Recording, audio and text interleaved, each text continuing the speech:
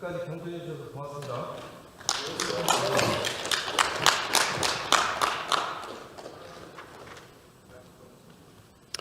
예, 김영환 의원 수고하셨습니다. 오늘 마지막 순서가 되겠습니다만은 4분 연속 타당 의원님이 질의하시는데 우리 국민의힘 의원들 많이 자리 지켜주셔서 감사합니다. 끝까지 자리 지켜주시기를 부탁드립니다. 마지막으로 서울 금천 출신의 더불어민주당 최기상 의원 나오셔서 질문해 주시기 바랍니다.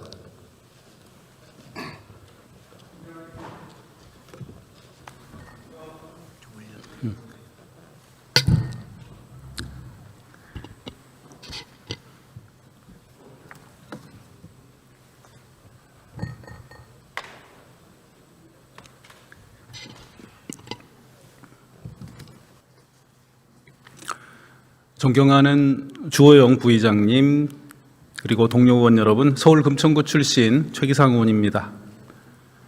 요새 국민 여러분께서 대통령 덕분에, 정부 덕분에 살만해질 것 같다라는 기대를 갖고 계십니다. 이 시대의 정치는 곧 민생 그 자체입니다. 대통령께서 올해 신년사에서 작년보다는 나은 올해를 삶 속에서 느끼게 해드리겠다라고 말씀을 하셨는데요. 국민들께서 이걸 삶에서 느끼시려면 일상의 핵심인 물가와 일자리, 주거에서 체감하는 변화가 있어야 됩니다. 그럴 때만이 국민들께서 우리가 정부 복은 있구나, 대통령 복은 있구나라고 느끼실 수 있을 것 같습니다. 국회도 더욱 분발하도록 하겠습니다. 그 중에서도 가장 먼저 체감하게 되는 물가에 대해서 먼저 질문을 하려고 합니다. 경제부총리 앞으로 나와주시면 감사하겠습니다.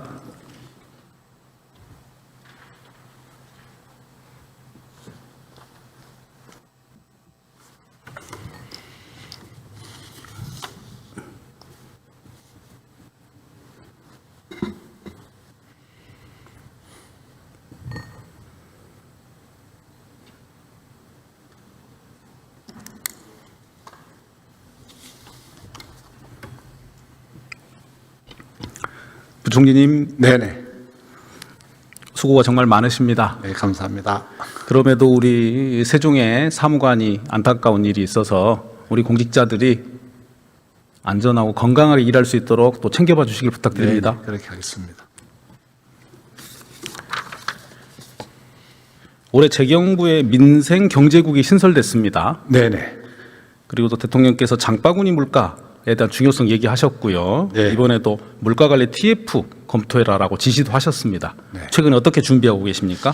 예, 진짜 실질적으로 국민들한테 가장 중요한 게 이제 생활 물가, 민생 물가입니다. 그래서 저희들 조직을 민생 관련만 전담하는 국을 저희들이 신설했고요.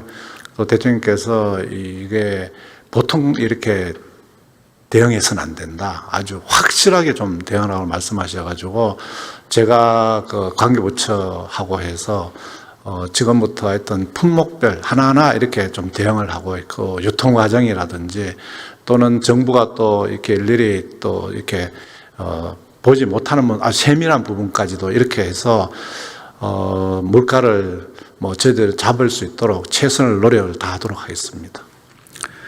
최근에 그 치플레이션이라고 해서 이게 인플레이션 불평등이라는 얘기가 있었지 않습니까? 네. 저소득층이 더 힘들어지는 이 부분에 관해서 어떤 대책이 좀 있으실까요? 예, 아까도 말씀드린 것처럼 이제 저소득층들은 이게 갈수록 어려워집니다. 왜냐 그러면 아까 제가 말씀드린 것처럼 경쟁이 치열한 과정에서 인구가 줄어드는 이런 환경 속에서는 장사가 갈수록 안 되고 또 그리고 이제 장사가 안 되다 보니까 또 소득이 떨어지는 이런 현상이 생길 수 있기 때문에 좀 전에 제가 김영환 의원님 그 질문에 답변 드린 것처럼 어쨌거나 이런 분들이 역량을 키워줄 수 있고 자생력을 가질 수 있는 쪽에 저희들이 최대한 좀 지원을 하겠다는 말씀을 드리고 교육에 있어서도 마찬가지로 생각이 됩니다. 역량은 있는데 지원을 못 해주는 그런 저소득 가계의 어떤 그런 학생들 국가가 돈을 대고 장학금을 줘서라도 훌륭하게 키워서 다시 개척이동 사다리가 연결되도록 하는 이런 총체적인 노력을 같이 병행해야지만 단계적으로 물가 안정, 장기적으로는 이 기본적인 이 양극화 구조를 깰 수 있는 혁신, 이런 쪽에다 좀 관심을 두고 정부도 정책을 집중적으로 좀 추진하도록 하겠습니다. 우리 국민들께서 기억하는 지도자 중에 네. 물가를 잡은 지도자로 기억하는 분이 누구 있으실까요? 어떠세요? 물가는 뭐 잡는다기보다는요. 물가는 진짜 이거는 관리를 해야 됩니다.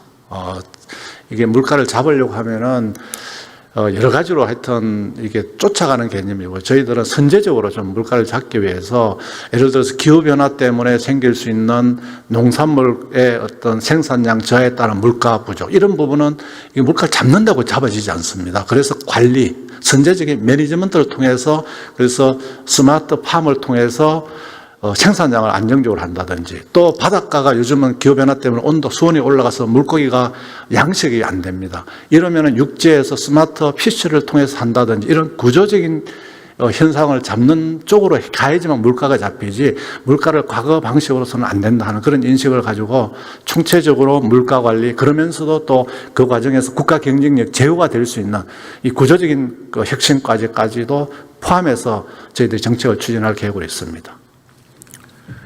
정부에서도 차관회의를 꾸준히 하고 계시고, 네네. 더불어민주당에서도 물가대책 TF도 있습니다. 네. 그럼에도 대통령께서 특단의 물가관리 대책 TF를 만들라고 하신 것은 네. 말씀하신 대로 네. 그동안에 했던 것과 전혀 다른 해법이 필요하다. 네. 그래야만이 국민들께서 물가로 인하여 소득이 줄어드는 현상, 그리고 그 힘듦이 저소득층이 집중되는 것을 바꿔보시겠다는 거지 않습니까? 네, 그렇습니다. 우리 대통령께서 역사 이래 물가를 안정시켜서 국민들을 편안하게 살게 했던 지도자로 남을 수 있도록 기재부총리를 중심으로 최선을 다해 주셔야 됩니다. 네, 그렇게 하기 위해서 하여튼 품목별로 저희들이 단순하게 이 물가를 낮추는 개념이 아니고, 이게 왜 물가가 올라가기 전에 근원적인 문제까지 추적을 해가지고 근원적인 문제를 해결해서 물가가 자동적으로 안정화되고, 이 근원적인 물가 해결을 통해서 생산성이 더 높아져서 물가가 오히려 더 떨어질 수 있는 그런 시스템으로 좀 고민을 하겠다는 말씀을 드리겠습니다. 예, 기대하겠습니다. 네. 다음은 일자리 관해서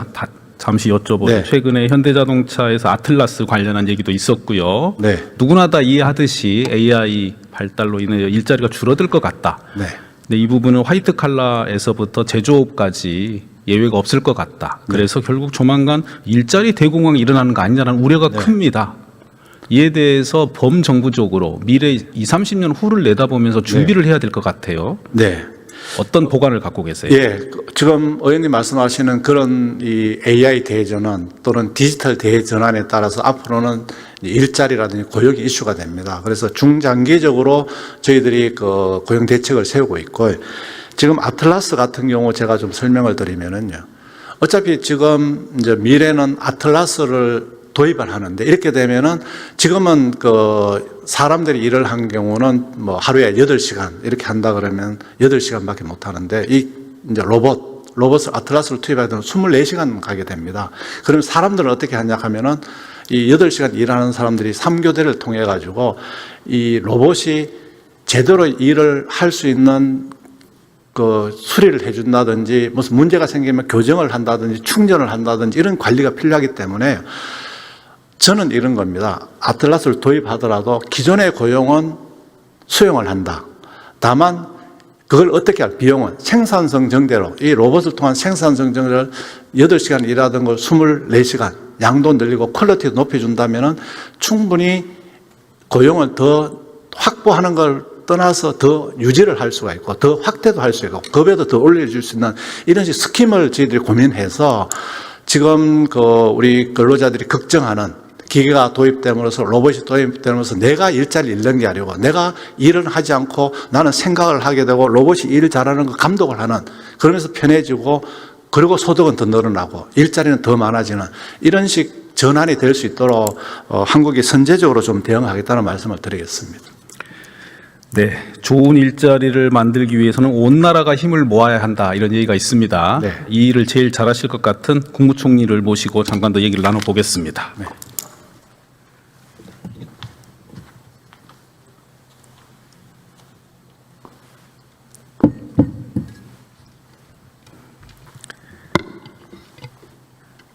이 문재인 정부 시절에는 일자리 위원회가 있었습니다. 예. 그리고 청와대 일자리 수석이 있었고요. 근데 지금 아직 이재명 정부에는 일자리 관련해서 다양한 층위에서 논의를 하시는 걸로 알고 있는데 저희가 이번에 정부의 목표를 쭉 봤더니 관계된 부처가 뭐 15개 정도 된다고 하고 수많은 단위의 회의체가 있습니다.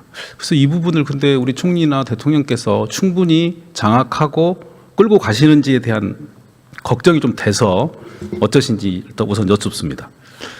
일자리에 대한 관심은 당연히 매우 높고요. 근데 말씀처럼 문재인 정부 시절에는 일자리 상황판을 놓고 이렇게 관리를 했던 경험이 있지 않습니까? 근데 그렇게 접근하는 것이 갖는 양측면이 다 있는 것 같아서 일자리를 만들어낸다는 것은 결국 기업이 활성화되고 기업에서 사람들을 많이 고용하는 면도 있고 또 한편으로는 창업도 있고 또 한편으로는 지금같이 문화산업이 발달할 때에는 개인 크리에이터들이 많이 또 뛸 수 있게 해주고 그런 몇 가지 층위의 일이 있는 것 같습니다. 거기에 지방 기업을 지원하는 것도 있는 것 같고요. 그래서 기억하시겠습니다마는 대기업들이 저희들이 강제할 수 없지만은 가급적 이런 고용을 많이 해줬으면 좋겠다라는 표현을 그런 바람을 여러 번 표시하면서 그것이 일정하게 반영되기도 했고 그런 기업들의 자발적인 참여로 그리고 최근에 저희가 국정과제를 정리하면서 최근에 아주 역점을 두고 있는 것 하나가 창업입니다. 일종의 창업 열풍, 창업 드라이브에 해당하는 것이어서 그 창업과 관련하는 것이 뭐 뒤에 계십니다만은 뭐 중기부뿐만 아니라 여러 부처가 힘을 합쳐서 노력을 하고 있고 저는 사실 최근에 특히나 청년들이 새로 관심을 가지는 일자리의 상당 부분은 그 문화 영역의 일자리가 아닌가. 청년 고용 비중도 높고 또 그분들의 선호도 높고 해서 중후장대 산업은 점점 이제 그런 청년들이 사라지고 있기 때문에 그 부분에서 고용을 높이는 방안을 많이 논의도 해보고 제가 쭉 문화 관련 기업을 다녀봤습니다. 그러면서 드는 생각이 아까 말씀드렸던 개인 창작자들을 스스로 자기의 일자리를 창출하는 이것을 지원하는 게 매우 중요하겠다는 생각을 갖게 됐습니다.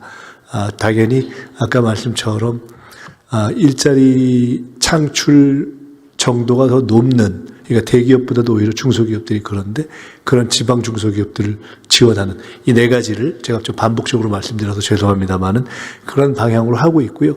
그것을 하나로 모아서 무슨 뭐 일자리 사령탑, 뭐 일자리 상황판 또는 일자리 장관 이런 식으로는 사실은 저희가 하고 있지 않은 것은 맞습니다. 근데 그것을 국정과제 관리 차원에서 관리는 하고 있다 이렇게 말씀드리겠습니다. 네, 정부에서 충분히 잘하고 계시고요. 일자리는 이번에 공고를 좀 하다 보니 생계나 생활비 문제가 아니라 존엄과 관련된 관계를 형성하고 관계를 발전시키는 중요한 일이더라고요. 그렇습니다. 그래서 일자리에 대한 구체적 목표치가 그래도 있으면 그걸 보고 기대도 할 수 있을 것 같고요. 매년 성과를 좀 점검을 하셔서 예산이 사용되는데 이 예산으로 인하여 일자리가 어느 정도 생길 것으로 예상되는지 어려운 일입니다만 이걸 일자리 지수를 개발한다든지 이런 논의가 좀 있습니다. 그리고 이런 논의를 전체적으로 하려면 현재는 없는 일자리 관계장관 회의를 만들면 어떻겠는가라는 의견이 있어서요. 총리께서 좀 검토를 해 주십사 부탁을 드립니다. 네, 간단하게 두 가지만 말씀드리면 하나는 그 일자리 중에 쓸만한 좋은 공공형 일자리 이 부분에 대한 고민을 저희가 좀 더 해야 될 것 같고요. 또 하나는 최근에 특히나 청년들의 경우는 경력이 없으면 안 써주는 문제가 있어서 오늘은 출석 안 하셨지만 노동부하고 연관해서 첫 경력, 경험 뭐 이런 것들을 만들어주고 그걸 안정화시키는 이런 방식의 접근도 하고 있습니다. 일단 그런 등등을 저희가 생각하고 있다는 말씀 드리면서 일자리관계장관회의는 지금 말씀 들어보니까 의미가 있는 것 같습니다. 저희가 청년관계장관회의를 처음 시작했는데 일자리 이슈만 한번 쭉 모아가지고 하는 일자리관계장관회의를 한번 해보겠습니다. 감사합니다. 아이디어 주셔서 감사합니다. 감사합니다. 예, 다음은 이제 주거에 관해서 말씀을 드리겠습니다. 강남 그 구룡마을 화재가 1월 중순에 났었습니다. 기억이 나시지요? 네. 다행히 이제 인명피해는 없었습니다만 이재민들이 180여 분이 지금도 주거가 불안정한 상태랍니다. 그래서 서울 전에 지금 계신 곳에서 퇴소할지도 모른다는 상황인데 오래된 고민입니다. 대한민국 정도의 나라에서 예전에 포항 지진도 그렇고요. 산불, 수해 이렇게 화재가 났을 때 오히려 기존의 집보다 더 편안하게 모실 수 있는 획기적인 방안은 없나? 돈이 그렇게 많이 들까? 이런 생각 이번에도 또 들었어요. 조금 이분들 상황이 어떤지 좀 챙겨봐 주시면 좋겠는데 어떠세요? 그거를 지난번에 사실은 경북 지역에 화재가 냈을 때 대통령님도 가시고 저희도 가면서 바로 그 문제를 고민을 했습니다.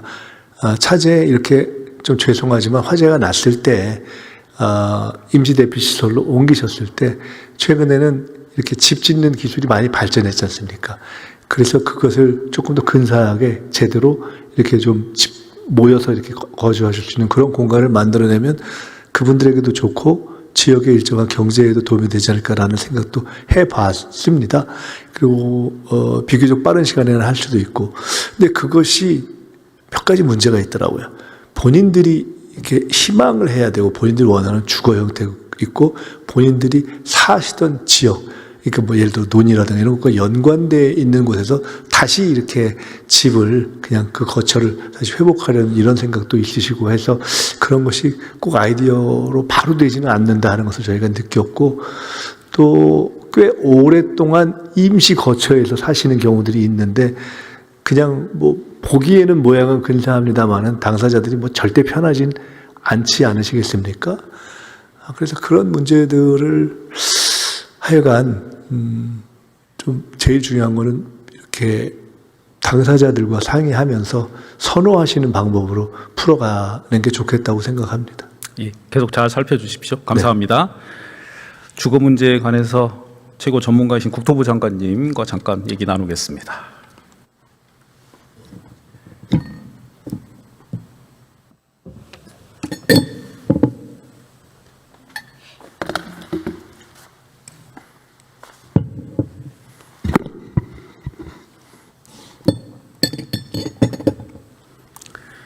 장관님 여러 번 말씀드렸습니다만 오늘은 또 본회의장에서 이 주거 빈곤 과구 말씀을 좀 드리겠습니다. 네. 이게 단기간에 해결될 문제는 아닙니다만 아시다시피 지하, 옥상, 고시원 최저 주거 기준 미달 가구가 176만 가구다. 그리고 2024년에는 91만 가구다. 게다가 제일 중요한 게 거기 사는 아동들이 수십만 명이다. 네. 그 아동들이 자고 지내는 집을 사진을 보면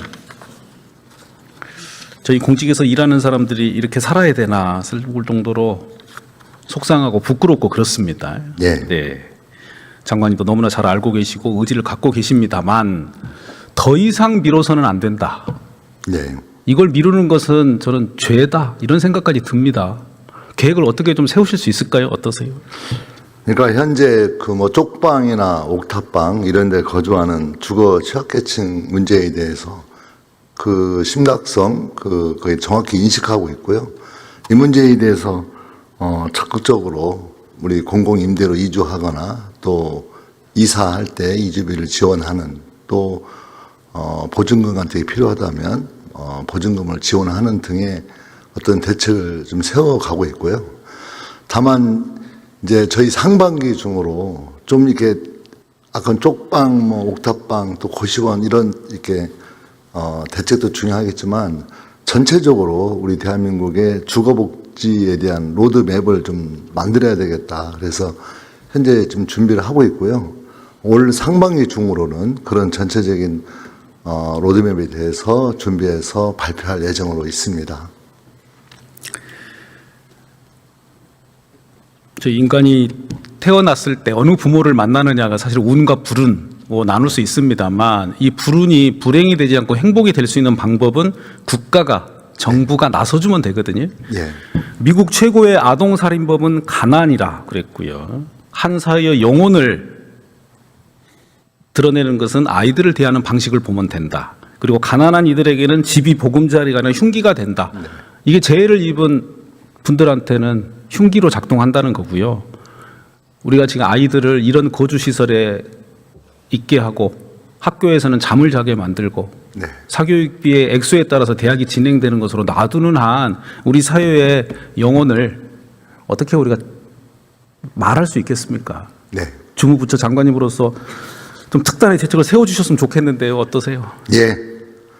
일단 정책적인 문제도 중요하겠지만 일단 저부터가 의지를 분명히 갖겠습니다. 그래서 의지를 가지고 의원님이 말씀 주신 취약계층 내지는 특히 어린 아이들에 대한 그런 주거 취약계층에 대해서 확실하게 좀 답을 낼 수 있도록 준비해서 진행할 수 있도록 그렇게 하겠습니다. 이 자리에 계신 모든 분들이 알고 계십니다. 아이들이 가난에 책임이 있습니까? 없습니다. 없지요. 그렇지만 니네들 현 시대 대한민국에서 이재명 정부 하에서 잘하고 있어서 복 받았구나 말할 수 있게, 그래서 나중에 너희들이 어른이 됐을 때 나이든 이 자리에는 우리를 부양할 수 있도록 키워내겠다라는 각오를 가졌으면 좋겠습니다. 보시면요, 규정에 유엔의 아동권리 협약에 또 아동 주거 지원 규정이 있습니다. 근데 우리나라는 보니까 장애인, 고령자 등 주거약자 지원에 관한 법률, 그리고 아동의 빈곤 예방 및 지원에 관한 법률, 아동복지법 등의 아동 주거권 규정이 없더라고요. 예. 영국 아동법에도 있고 독일 아동법에도 있고 프랑스 건축법에도 있습니다. 그럼 우리 정부가 한 번도 이런 일을 안 했겠는가 찾아봤더니 노무현 정부 시절에도 쪽방 비닐하우스 거주가구 해소 계획이 있었고요. 특히 문재인 정부에서는 아동 주거권 보장을 위한 발걸음을 내딛다, 이런 계획도 있었습니다. 근데 결과적으로 잘 안 됐습니다. 그 이유를 파고 들어가면 결국 여기에 남는 것 같아요. 정부 부처, 복지부, 교통부, 아마 기재부 등등에서 이렇게까지 해줘야 됩니까? 돈을 다른 데 써야 되는데 그래서 안 됐을 가능성이 매우 높다고 생각합니다. 장관님도 21대 때 관련한 좋은 법률을 내셨던데 혹시 기억나시나요? 네. 근데 장관이 되셨는데요. 이번 우리 정부의 87번 국정 목표를 보니까 여기에서도 주거 빈곤 아동에 대한 계획이 없어요. 아마 여기까지 미처 생각을 못 하신 것 같은데요. 근데 우리 5대 국정 목표에 보면은 이렇게 있습니다. 기본이 튼튼한 사회, 기본적 삶을 위한 주거, 그리고 각자의 가능성 실현. 저희가 직전에 봤던 그 집에서 사는 아이들한테 꿈을 가져라, 노력하면 된다, 공부에 열심히 못하니라고 말할 수 있겠습니까? 없다고 생각합니다. 우리 정부 목표가 있잖아요. 네. 그럼 해내야죠. 예. 앞으로 잘 부탁드리겠습니다. 예. 다른 부처 핑계대지 않고 하여튼 국토부가 책임지고 최선을 다해보겠습니다. 감사합니다. 총리님께 다시 한번 또 부탁을 드려야 되겠습니다.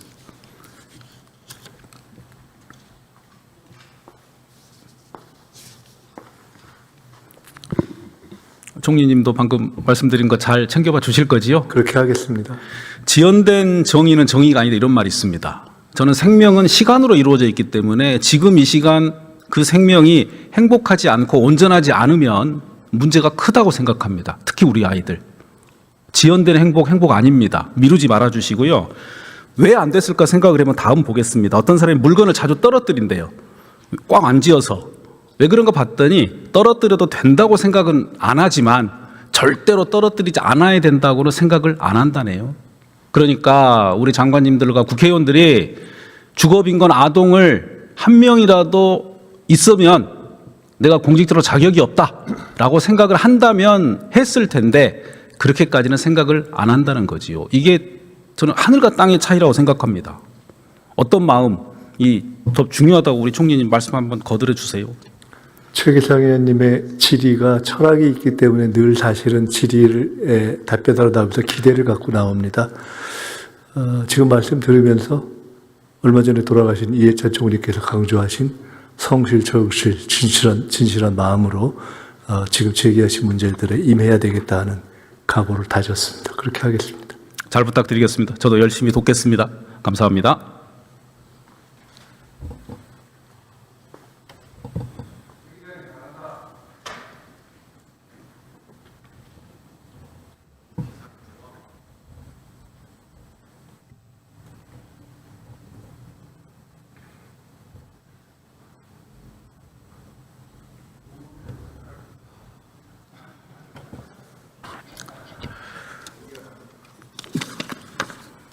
아쉽게도 제가 자주 인용하는 메르켈 전 총리의 말이 있습니다. 어떤 상황을 고민할 때 결말을 출발점으로 삼는다. 바람직한 결과를 생각하고 역방향으로 일을 진행한다. 중요한 것은 내일 신문에서 읽을 내용이 아니라 2년 후에 달성할 결과다.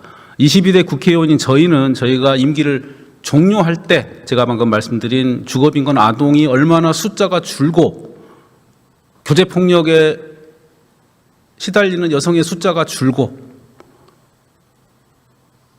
정확하게 계획 세우고 그대로 일을 해나가야 됩니다. 내일 아침에 신문에 날 기사, 오늘 당장 유튜브에 무슨 기사가 날지를 고민하는 국회의원이 모여있는 정치라면 무슨 의미가 있겠습니까? 새벽에 대한민국을 움직이는 수많은 분들, 그리고 남들이 하기 싫어하는 위험한 일, 어려운 일들을 감당하는 분들, 그분들을 살게 해야 되지 않겠습니까? 정부가 이렇게까지 하는구나. 이재명 정부 이렇게까지 하네. 감동받을 수 있도록 우리 정부는 일하고 국회도 일해야 됩니다. 민주당이 최선을 다하겠습니다. 감사합니다.